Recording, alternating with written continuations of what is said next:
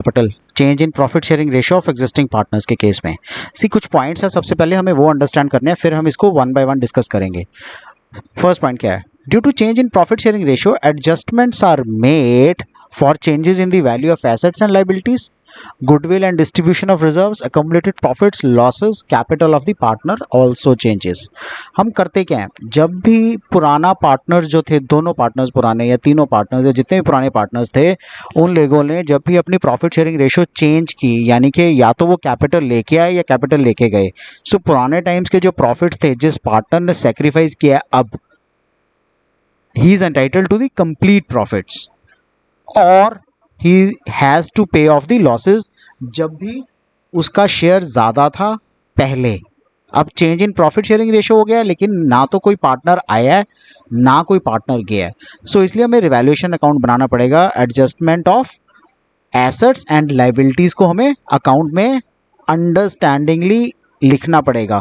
जब भी हम ये एसेट्स एंड लाइबिलिटीज़ को अंडरस्टैंडिंगली लिखेंगे ना, उसमें होगा क्या, उसमें सबसे इम्पॉर्टेंट चीज़ ये है कि हमें पता लगेगा कि जो पहले काम चल रहा था उसमें प्रॉफिट हुआ या लॉस हुआ। सो ये सब हम रिवैल्यूएशन अकाउंट के थ्रू करेंगे। If the partners decide that total capital of the firm also and also that the capital shall be in profit sharing ratio of partners, then also capital of the partners have to be adjusted। अगर partners ने decide किया है कि जो total capital है partners की, firm की जो टोटल कैपिटल है, एंड ऑल्सो कि कैपिटल जो है वो प्रॉफिट शेयरिंग रेशियो में होनी चाहिए। अगर पहले कोई प्रॉफिट शेयरिंग रेशियो में नहीं है, for example the profit sharing ratio is 2:1, now the partner have given the capital in the firm in the ratio of 5 lakhs to 2 lakhs, सो 5:2, 5 लाख 2 लाख दिया हुआ है। सो लेकिन प्रॉफिट शेयरिंग रेशियो तो 2:1 है, so it shall be adjusted as per the capitals given. In the case capital falls short, अगर किसी ने कम capital दिया उसके शेयर के मुताबिक और has the shortage of required capital, या ज़्यादा कैपिटल दे दिया, then such partner will have to bring in more capital और take it away as the case may be। So partners capital is surplus or excess of the required capital, then such partner or partners may withdraw the surplus or excess capital। Any shortage, any surplus of capital can be adjusted through current accounts as well, that depends, right? So accounting entries क्या होती हैं for adjusting the shortage of capital? आपको अगर याद हो first chapter partnership fundamentals में हमने क्या किया था, जो हमारी शॉर्टेज ऑफ कैपिटल है, partners capital account, fluctuating capital account में क्रेडिट साइड पे वो एंट्री आती है, राइट? सो एंट्री क्या होगी, बैंक अकाउंट डेबिट और concern partners current account debit to concern partners capital account. So अगर वो पार्टनर को कैपिटल और लेके आनी है तो वो credit side partners capital account पे लेके आएगा।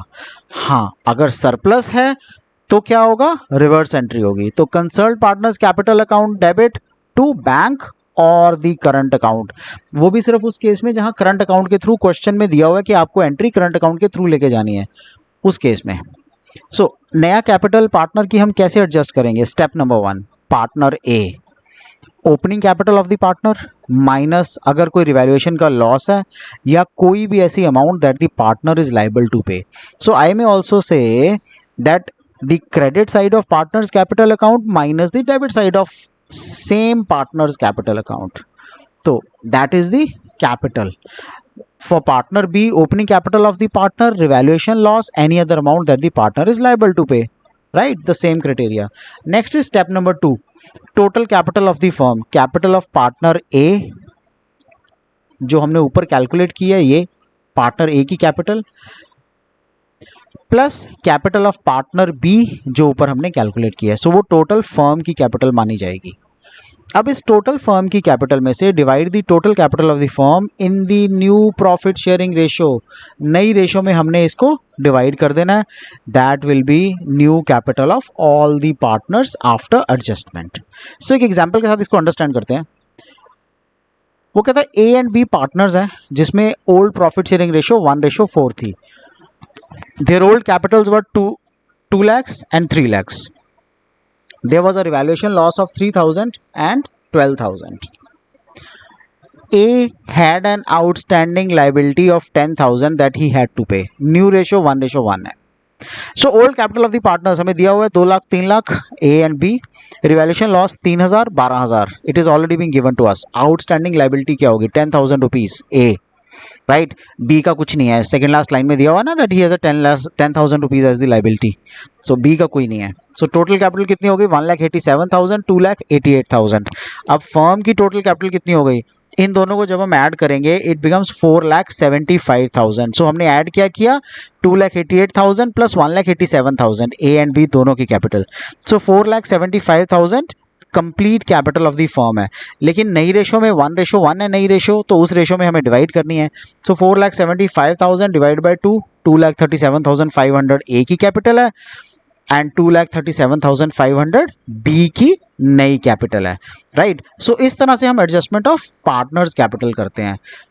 एक पार्ट और है इसमें, वो कहता है adjustment of partners capital if total capital of the new firm is already given. इस केस में तो हमें टोटल कैपिटल निकालनी थी, 4,75,000 हमने निकाला था। इस केस में हमें ऑलरेडी फर्म की कैपिटल दी हुई है।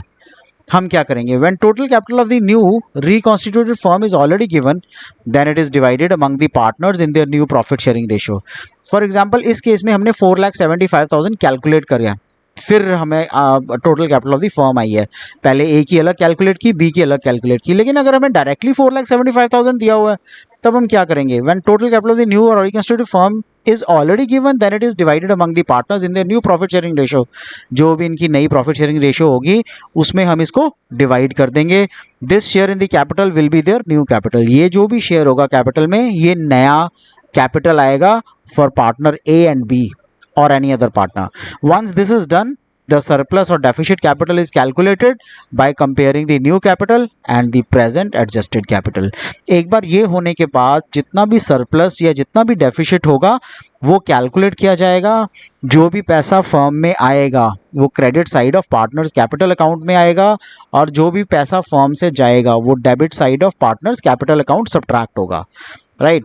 So these are the methods for calculating the adjustment of capital, partners capital, when the existing partners are not changed but their profit sharing ratio is changed, right? So उस time पे हम इस तरह से इन methods के साथ calculate करते हैं। That's it for the video today. Thanks for watching. Do subscribe my channel. Thank you. Take care. Bye.